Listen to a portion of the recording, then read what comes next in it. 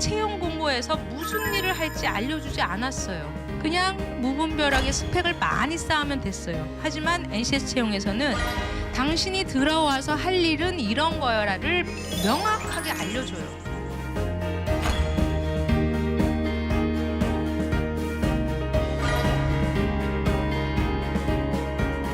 지금 NCS 채용 도입해가지고 뭘 준비해야 돼요? 했더니 다른 거 다 필요 없고 그냥 자신의 분야, 희망, 진로, 자신의 목표를 설정하는 게 매우 중요합니다를 다 얘기를 해요.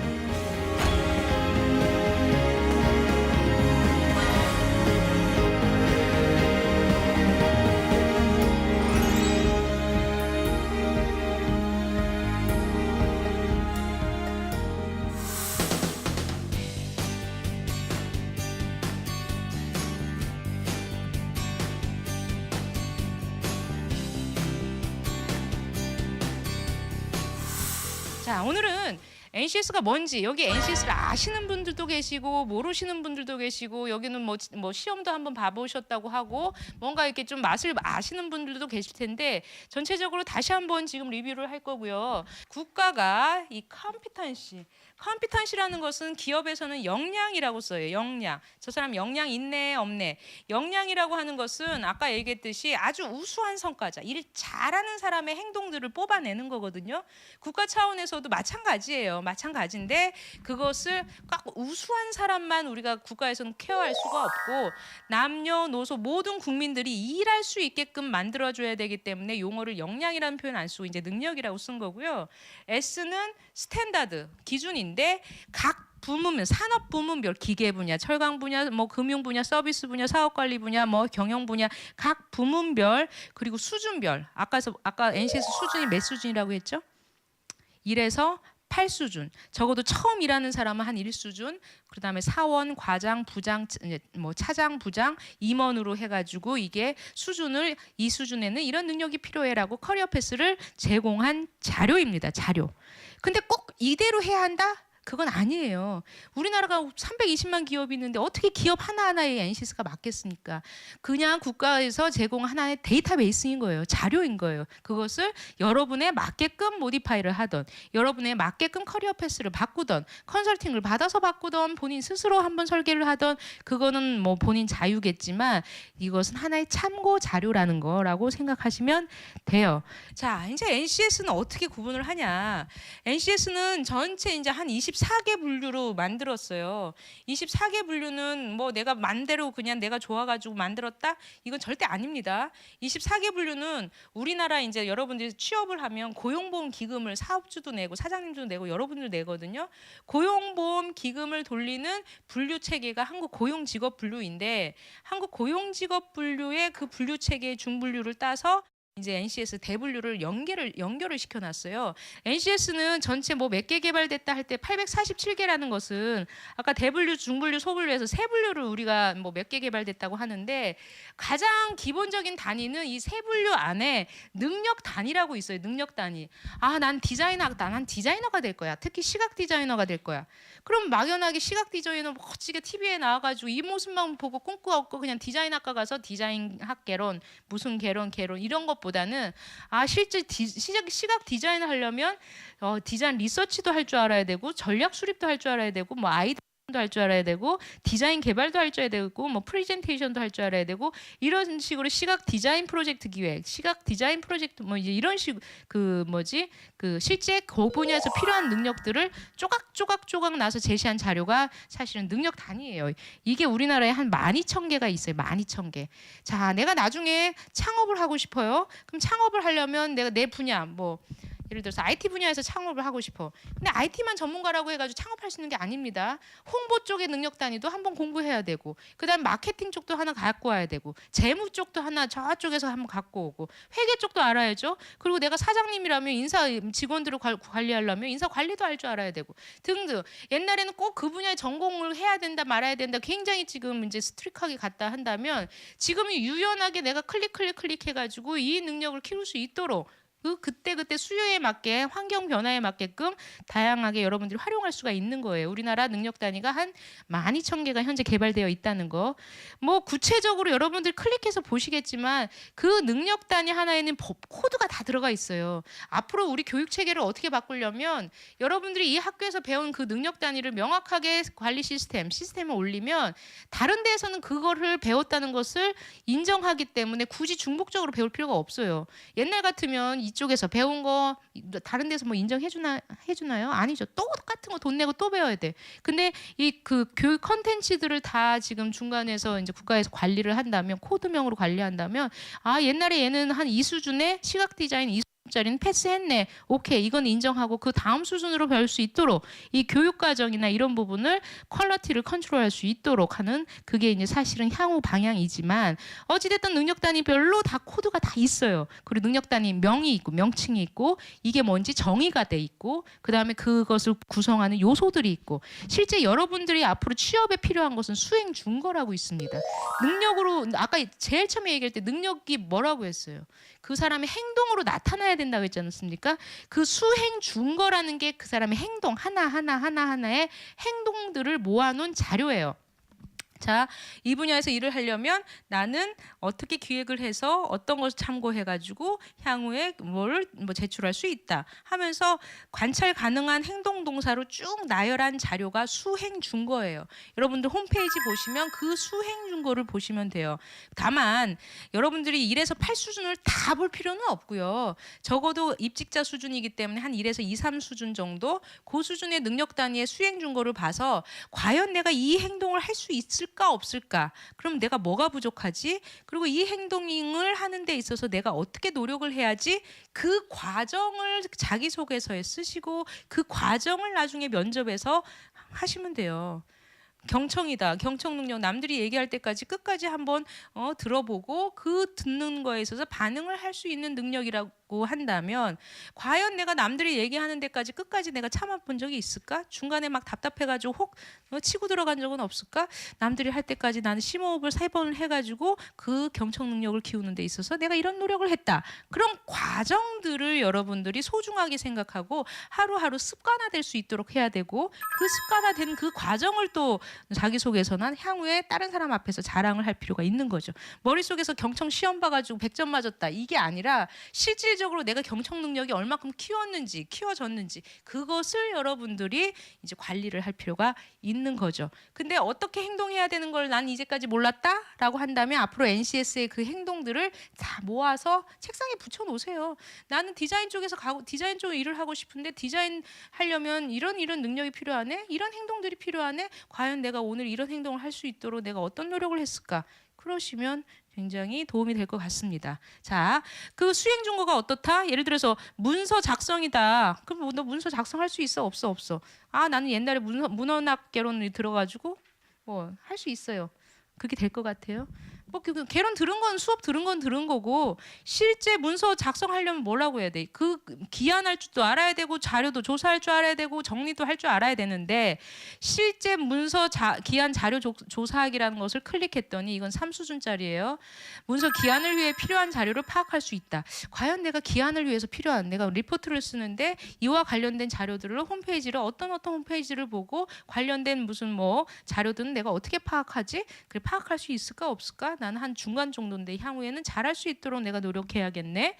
문서 기한 자료 탐색을 위해서 매체를 찾을 수 있다. 마찬가지예요. 다양한 온라인 매체라던가 다양한 매체를 어떻게 찾을 수 있는지 각종 매체를 활용해서 필요한 정보를 수집할 수 있다. 그 대단한 그 많은 정보 중에 필요한 정보를 실렉트할 수 있는지 그리고 관련된 지식을 하려면 매체의 특성이 뭔지 이와 관련된 인터넷을 찾아서 정보를 찾아보던가 아니면 그런 관련된 지식을 쌓기 위해서 교과서를 한번 보시던가 하면서 그러면 자 채용 공고에 문서 작성하는 그런 사람들이 필요한다고 만약에 채용 공고에 나왔으면 나는 이 문서 작성하는 데 있어서 필요한 지식이 이런 게 필요한데 나는 이런 지식을 쌓기 위해서 교과목을 이런 걸 들었습니다를 제시를 하면 됩니다. 그러니까 막연하게 이제 그 자기소개서를 쓰고 막연하게 스펙을 싼 게 아니라 정말 구체적으로 자료가 근거 자료, 수행 증거가 나왔기 때문에 그와 관련해서 내가 어떤 노력을 했는지 이런 교육을 받은 적이 있는지를 여러분들이 준비를 하시면 될 것 같아요. 그 수준은 1에서 8 수준으로 난 자료이고요. 자. 이제 NCS 활용은요, 이제 기업체에서 지금 채용을 하는데요. 질문이 있어요. 이제 공공기관만 하고, 뭐 대기업 일부만 하고, 우리 주변에 있는 중소, 중견기업, 민간기업은 NCS 모르던데요. 이런 질문 하실 수 있죠. 근데 작년 다르고 재작년 다르고 또 올해 다르고 달라요. 국민 인지도 조사를 우리가 계속 합니다. 근데 재작년 같은 경우는 한 20%도 안 됐는데 작년에 60%까지 올랐어요. 그리고 기업도요, 민간 기업도요. 작년에는 NCS 활용하는 데가 몇 개 정도로 꼽았다면 재작년 같은 경우, 작년 같은 경우는 지금 거의 10,000개 정도가 넘고요. 선도 사례나 우수 사례를 지속적으로 이제 한다면 이거는 한 1, 2년 사이에 충분히 바뀔 수 있다고 보거든요. 그리고 전체 공공기관이 그렇게 가면 안 갈 수 없어요. 민간기업도. 왜냐? 더 좋은 사람 뽑는 그 방법이 뭐지?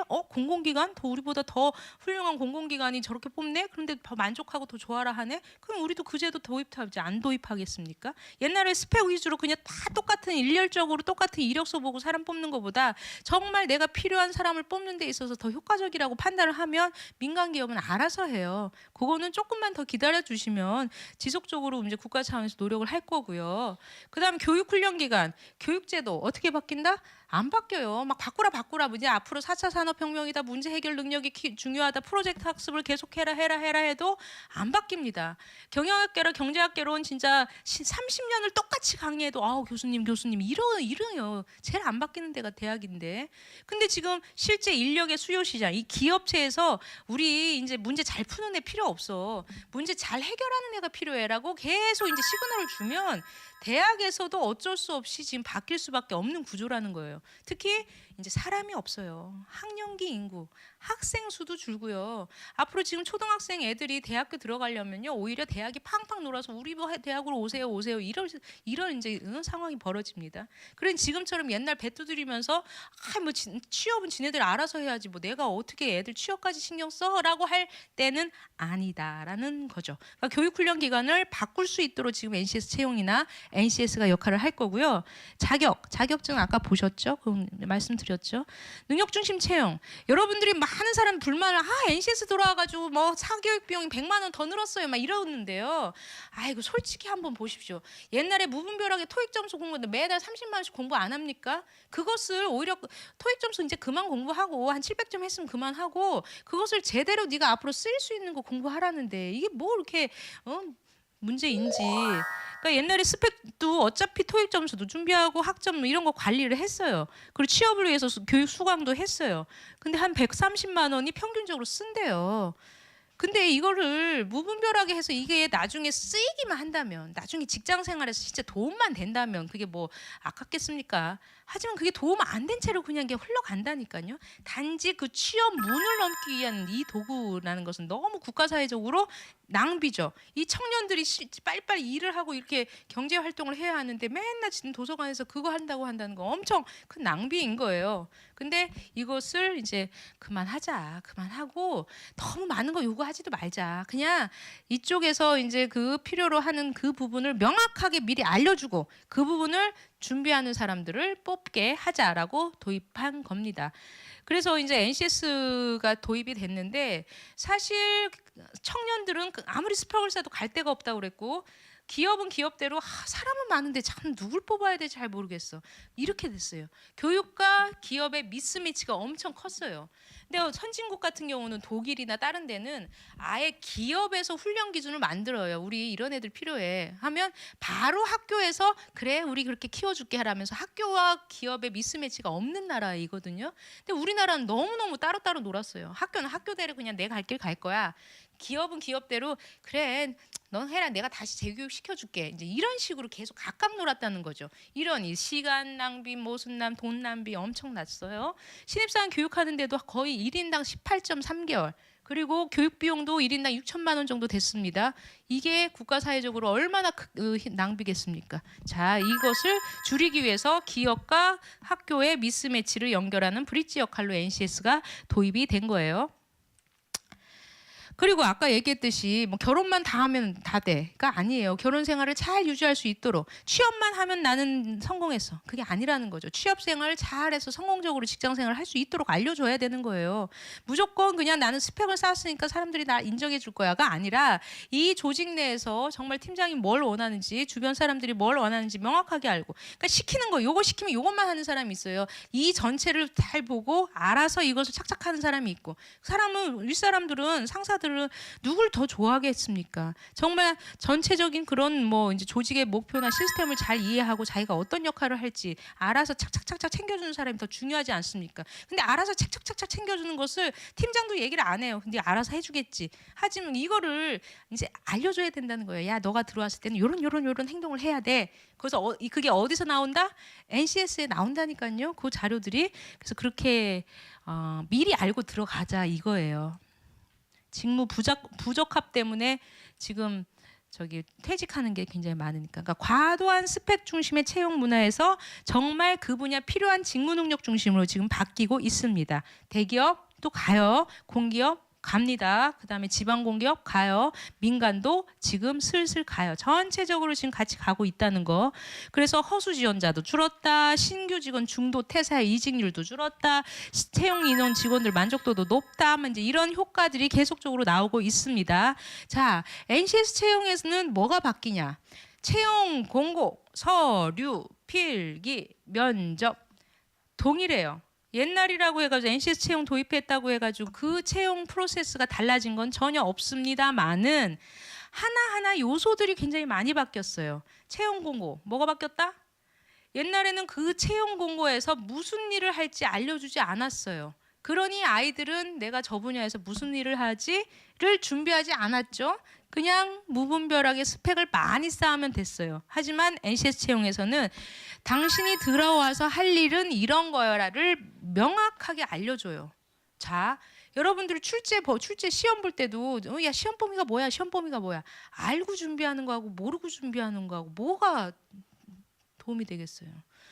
알려준다니까요. 이제 채용 공고 때 많은 사람들이 나는 그냥 무분별한 스펙 쌓고 내가 갈 수 있는 분야 많았는데 오히려 NCS 채용하니까 내가 갈 수 있는 분야가 줄어들었네요. 이제 이런 사람이 있어요. 자, 갈 수 있는 사람들 많으면 그럼 거기는 다 갈 수가 있나요? 그럼 가가지고 거기서 잘 뭐 행복하게 직장생활 할 수 있나요?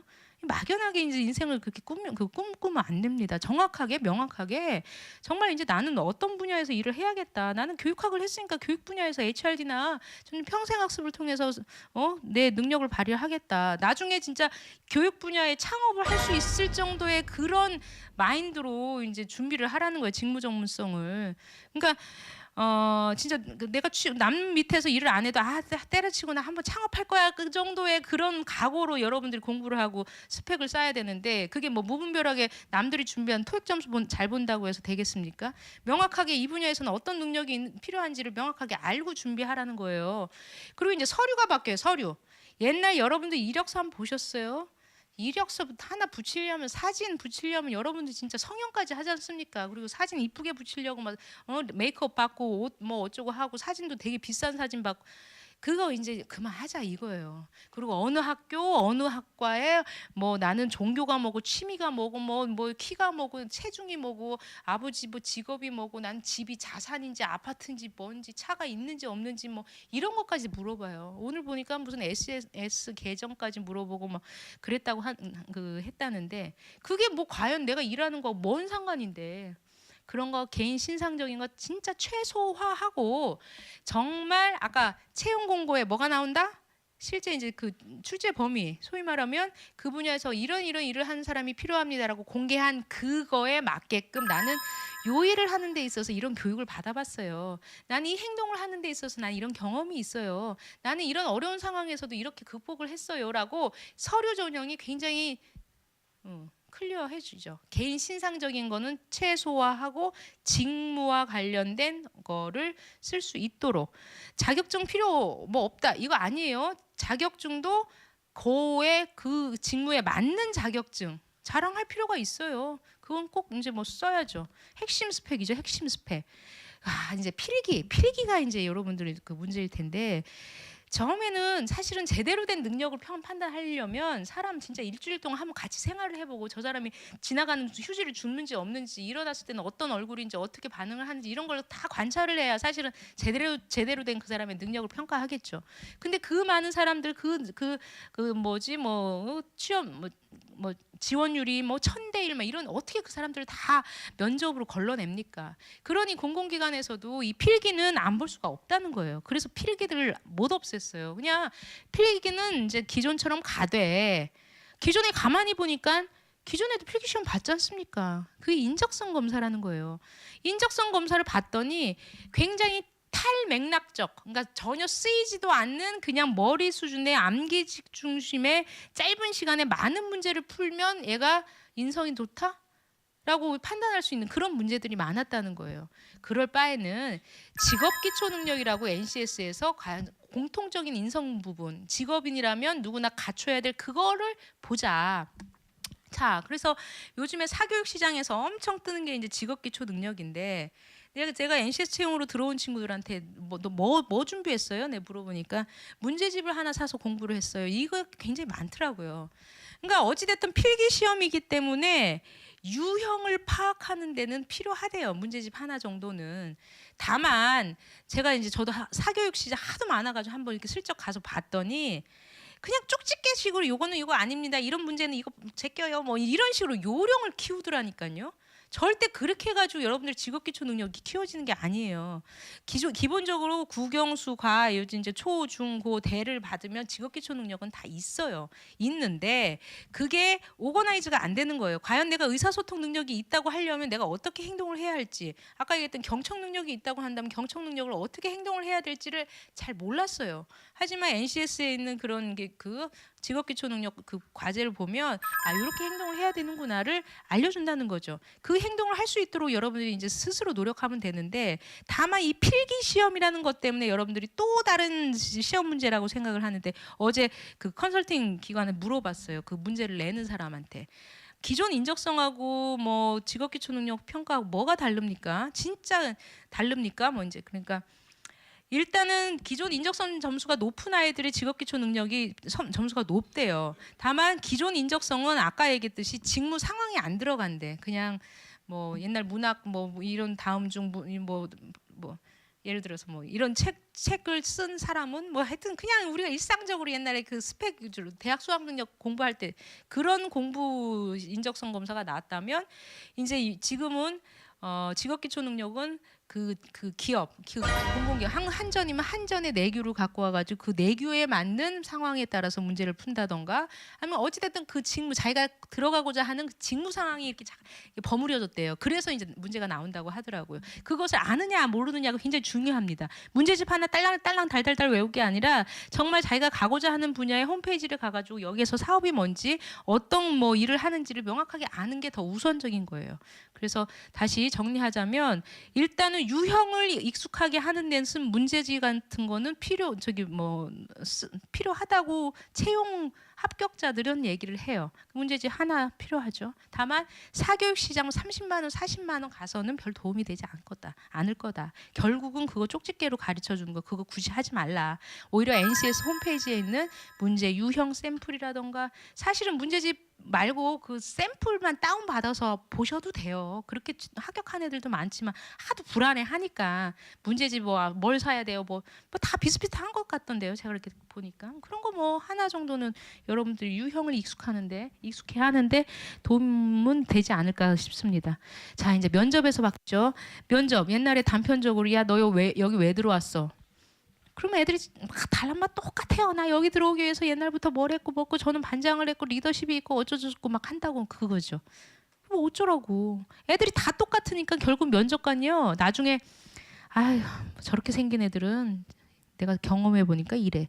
그러니까 선입견 중심으로 뽑는 거예요. 그러니까 굉장히 복불복이었죠. 면접이 굉장히 복불복이었습니다. 가장 감명 깊게 읽었던 책은 뭡니까? 저 뭔데요? 그거 나도 읽었는데. 이런 식으로 면접관하고 뭔가 운이 좋아가지고 통해버리면 막 합격하기도 하고 점수도 높아버 이런 거예요.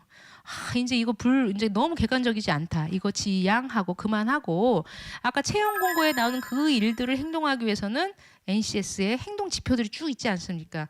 그 행동 지표들을 미리 면접관들한테 이제 면접 문항으로 만들죠. 그 일을 할 수 있도록 너 어떤 경험을 해봤어? 언제 어떤 역할을 해봤어? 그래서 결과는 어땠어? 그래서 굉장히 객관적으로 물어봅니다. 그리고 그의 꼬리에 꼬리를 무는 질문으로 단편적으로 묻고 끝이 아니라 언제 그랬는데, 어느 상황에서 그랬는데, 어떤 태스크를 맡았는데, 그 다음에 어떻게 액션했는데, 리저트가 뭐였는데, 스타 기법, 뭐 상황 면접이라고 해서 시츄에이션, 태스크, 액션, 리저트, 뭐 이제 이런 거로 물어보죠. 그래서 최종적으로 합격하는 형태에 있죠. 이 부분은 넘어가고요. 채용 공고 굉장히 구체화됩니다. 입사 지원서 아까 얘기했듯이 개인정보는 굉장히 최소화되고요. 필기평가는 직업기초 능력과 직무수행 능력인데 직무수행 능력은 관련 분야 전공 공부 열심히 하세요. 옛날에 대학교 갔을 때 전공 공부 열심히 안 하고 그 시간에 토익 점수 높이느라고 시간 다 허례하고 전공 공부 대충 했다면 이제는 그러지 말고 적어도 대학교 때 한 번 진로 선택했지 않습니까? 적어도 내가 디자인학과를 갈지 공대를 갈지 무슨 이과를 갈지 뭐 할지 다 선택했잖아요. 적어도 그 분야 쪽에서 가려면 관련된 전공 공부 열심히 하세요. 그게 직무수행 능력 평가예요. 그다음에 면접도 내가 그냥 나는 토익 점수 뭐 잘 나왔습니다 이렇게 얘기할 게 아니라 그 상황. 나는 어학연수 가서요 옛날에 700점이었는데요 어학연수 갔다 와서 750점이었대요 이렇게 얘기할 게 아니라 저는 어학연수 갔는데요 많은 상황도 다르고 말도 다르고 음식도 다르고 굉장히 당황스럽고 어려웠고 왕따 같은 좌절감이 있었지만 이에 굴복하지 않고 그 사람들하고 어울리기 위해서 나는 어떤 노력을 했고 오히려 문장을 달달달달 외워서 그쪽에 써먹어가지고 그 사람들 문화와 이해를 하게 되었습니다. 이런 과정을 여러분들이 자꾸 신경 쓰라는 거예요. 이제 한방 인생 이런 거 시험 어떻게든 잘 보면 돼. 행시 어떻게든 잘 패스하면 돼. 행시 패스해서 공무원 되면 뭐합니까? 공무원 생활 그때부터 내가 생각했던 이런 생활이 아니야. 이런 식으로 후회하는데. 그래서 적어도 그 과정 같은 것을 잘 관리하고 하루하루 살아도 대충 살지 않게끔 그게 굉장히 중요한 거예요. 채용 공고 이제 마찬가지로 계속적으로 지금 구체적으로 나오는데 요거는 이제 되게 빠르게 넘어갈게요. 채용 공고는 채용 절차 요건이 구체적으로 나옵니다. 옛날 같은 이거는 이제 자료 보시면 되고요. 채용 공고, 한국예탁결제원의 채용 공고. 그러면서 항상 그 홈페이지 가보시면 채용 공고의 직무 설명 자료가 나와요. 어떻게 나왔냐? 굉장히 구체적으로 당신이 들어가서 할 일은 이런 건데 무턱대고 그냥 딱 생뚱맞게 나오는 게 아니라 NCS 분류 체계하고 연동해가지고 과연 대분류, 중분류, 소분류 중에 어떤 능력을 지금 뽑는구나. 그 안에서 하는 일은 이런 거구나. 이런 일을 하려면 이런 지식기술 태도가 필요하구나를 알려줍니다. 그러면 예를 들어서 이렇게 분류 체계랑 연동을 했고 필요한 지식기술 태도가 이미 채용 공고에 나오면 이 지식을 쌓는 데 있어서 나는 어떤 교과목을 들었는지를 한번 매핑을 시켜보세요. 경영평가, 경영기획, 사무행정 이런 것을 뽑는 기관에서 공고가 났다 한다면 나는 경영평가하는 데 있어서 경영학개론에 이런 내용이 있었나? 아니면 사무행정하는데 내가 행정학개론을 배웠나? 이런 것을 준비를 하라는 거죠. 만약에 못 들었으면 부전공이라도 아니면 사이버 교육이라도 들으시라는 거예요. 입사지원서에서 꼭 그렇게 학과 전공을 요구하지는 않거든요. 기타 교육을 해도 돼요. 그것도 클릭 해도 돼요. 옛날 같으면 나는 중문학과인데요. 그럼 행정 공공기관 전혀 못 들어갑니까? 이렇게 질문하는데요. 노라는 거예요. 어떻게든 그런 관련된 사이버 교육이라던가 책 한 권 사가지고 공부해도 그거 오케이 할 수가 있어요. 근데 오히려 옛날에는 중문학과고 무슨 불문과고 이런 데서 전혀 경영학개론, 행정학개론도 안 보고 준비를 하려고 했던 게 더 이상하다는 거죠. 오히려 제대로 그것을 준비하고 들어갈 수 있도록 지원할 수 있도록 해야 된다는 거예요. 입사 지원서도요. 학교 교육, 그와 관련된 교육을 뭘 받았는지, 만약에 직업 교육, 무슨 학원에서는 뭘 받았는지, 사이버 교육을 뭘 받았는지, 경력, 저는 직무 경험이 없는데요. 직무 경험 없어도 관련된 프로젝트 아니면 여러분들 학교 수업 시간에 모둠 활동, 조 활동 그런 거 많지 않습니까? 그런 거 써도 돼요. 나는 이런 과제를 수행하는 데 있어서 6명이 같은 조였는데 뭐 누구 잘하는 애 있어서 걔한테 몰빵시켜서 일 다 했습니다. 가 아니라 정말 이제 이런 과제를 해결하기 위해서 우리 6명이 모여가지고 각자 개성과 특성들을 잘 파악해서 업무 배분을 이렇게 해서 언제부터 언제까지는 이렇게 하고 중간에 어떻게 관리해가지고 최종적으로 과제가 이렇습니다. 이런 대인관계 능력이라던가 사람들하고 같이 어울렸던 이런 경험들을 쓰시면 돼요. 자기소개서는 아까 얘기했듯이 어떤 어려움이 있을 때 해결했던 경험, 내가 목표를 세워가지고 그것을 목표를 달성했던 경험, 타인들과의 갈등이 있었을 때 갈등을 해결했던 경험. 왜? 조직에서는 그런 사람이 필요하거든요. 점수가 높은 애들보다는 진짜 어디다 갖다 놔도 불만 없이 잘 적응해서 할 수 있는 사람. 어떤 문제가 발생돼도 그 문제의 대안을 찾아서 해결할 수 있는 사람. 이런 사람들을 원하기 때문에 내가 그렇게 맞다. 그런데 나는 잘 할 수 있다라는 것을 지금부터라도 생각을 해서요. 그냥 엄마가 시켜서 공부를 합니다. 그냥 어쩔 수 없이 합니다가 아니라 이런 문제를 본인 스스로 판단을 해가지고 그 해결하는 과정 그런 걸 써보기도 하고 말할 수 있도록 하기도 하고 입사지원서 이렇죠. 그리고 이제 필기평가 같은 경우는 기존의 인지력 중심이었다면 현재 아버지의 나이는 54세이고 아들의 나이는 23세인데 아버지의 나이와 아들의 나이가 2배가 되는 것은 몇 년 후인가? 그게 실제 일하는데 뭐가 그렇게 중요하겠습니까? 그걸 1분 만에 30초 만에 푼다고 해서 얘가 일을 그걸 잘하냐? 그건 아니라는 거예요. 오히려 맥락적인 다음은 6대 광역시에서 경제활동 참가율이나 고용률 형태이다. 이 자료를 보고 이어지는 질문에 맞춰서 자료를 잘못 설명한 것은 이것은 이제 이 기업과 관련된 이제 자료가 나온 거겠죠. 그래서 직무 상황이 나온 거예요. 대비 전략은 가장 중요한 거 뭐다? 가장 중요한 거 내가 어제 이제 채용했던 사람들께 모아서 뭘 가장 준비를 하라고 해야 합니까? 지금 NCS 채용 도입해가지고 뭘 준비해야 돼요? 했더니 다른 거 다 필요 없고 그냥 자신의 분야, 희망, 진로, 자신의 목표를 설정하는 게 매우 중요합니다를 다 얘기를 해요.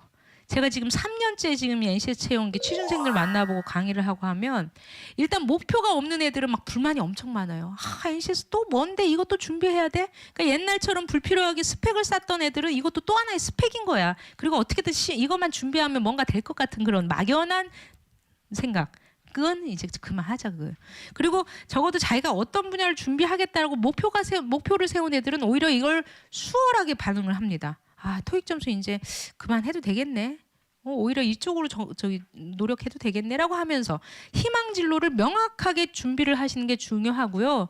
그 희망 진로와 관련된 공공기관들이 뭐가 있는지 그와 관련된 직무 기술서를 한번 꼼꼼히 분석할 필요가 있고 그거 하기 전에 과연 그 희망 진로와 관련에 있어서 필요한 직무 능력이 내가 어느 정도 수준인지 한번 스스로 진단할 필요도 있죠. 그리고 NCS 홈페이지를 통해서 이제 관련 유형 문제라든가 한번 공고라든가 이런 것을 보실 필요가 있습니다.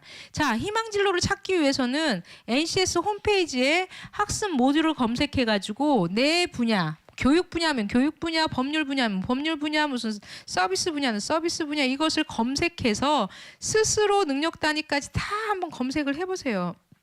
돈 주고 안 사도 돼요. 회원가입도 안 해도 될 거예요. 지난번에는 처음에는 우리가 회원가입을 하게끔 했는데 다만 거기에 학습 모듈이라는 것은 이게 저작권이 들어가서 그거는 회원분 가입을 하게끔 합니다만은 그냥 능력을 다운받는 데는 회원가입 없어도 될 겁니다. 그리고 이제 그 관심 있는 분야를 통해서 여러분들이 선택을 하고요. 구체적으로 능력 단위까지 한번 다 그냥 출력해가지고 모아서 보던가 이런 게 필요하구나 알 필요가 있는 거죠. 그리고 관련된 분야 채용 공고가 뭐가 있는지 잡알리오라던가 공공기관 채용 홈페이지를 보셔서 통합 검색으로 디자인, 금융 해서 쭉 나오는 거 한번 검토를 해보세요. 보시고 그 다음에 내가 과연 그 분야 디자인이면 디자인 분야의 직무 능력이 어느 정도 있는지 NCS 홈페이지 보시면 여기 경력개발 지원 밑에 직무 능력 진단이라고 있습니다. 그거 클릭하셔가지고 클릭 내가 과연 이게 있는지 한번 판단을 해보시고요. 부족하면 노력을 해야겠죠. 그것을 더 지식적인 부분을 노력을 할지 경험적인 부분을 노력할지 이건 클릭하는 부분이 거기에 아예 그 활성화되어 있어요. 그리고 이제 NCS 홈페이지 onspec.ncs.go.kr 사이트로 들어가도 되고 ncs.go.kr에서 능력중심 채용 사이트도 들어가도 돼요. 그 안에 채용 정보도 있고요. 거기에 합격 수기도 있고요. 문제 샘플 유형도 있고요. 취준생들한테 필요한 자료들이 거기 다 있어요. 비록 뭐 내가 나한테 딱 맞는 부분이 없다 하더라도 일단 이 부분은 우리가 추후에 계속적으로 이제 업데이트를 하긴 할 거고 여러분들이 그래도 브로드하게라도 이 분야에 대해서 감을 잡고 준비할 수 있도록은 어느 정도 제시가 되어 있거든요. 그래서 카페 운영도 되고 있고 상설 설명회가 또 매주 있어요. 이 서울고용노동청 저 장교 빌딩 거기에 수요일 2시에 매주 있기 때문에 신청해서 한번 들어보셔도 되고 지금은 옛날에는 이런 일반적인 강의를 했다면 지금은 본인이 이제 자기소개서를 써서 하면 첨삭지도 같은 것도 해준다고 하더라고요. 그래서 조금 1:1 그 면접 중심으로 한다고 하니 좀 뭐 도움이 되겠죠. 그래서 그런 것도 한번 활용해 보면 될 것 같습니다. 네, 여기까지 제가 준비한 부분은 마치도록 하겠습니다. 경청해 주셔서 감사합니다.